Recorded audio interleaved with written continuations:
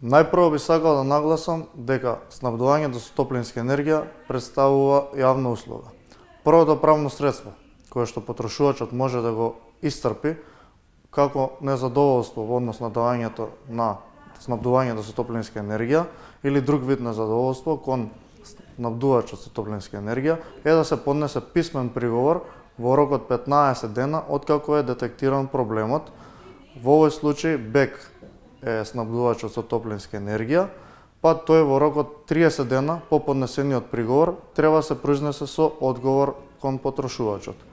Имено согласно општите правила на БЕК, доколку потрошувачот не е задоволен од квалитетот на грејењето, тој може да побара да се изврши проверка на квалитетот, односно да се измери температурата во неговиот стан.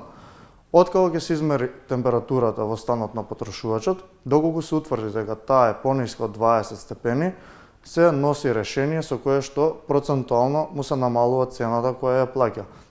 Од друга страна, доколку ова не му помогне на потрошувачот, тој може да поднесе жалба до Регулаторната комисија за енергетика на Република Македонија, па понатаму по одлуките на Регулаторната комисија, која одлучува по спорови помеѓу давателот на услуги и потрошувачите, доколку една од страните не е задоволна, може да поднесе тужба пред надлежен суд.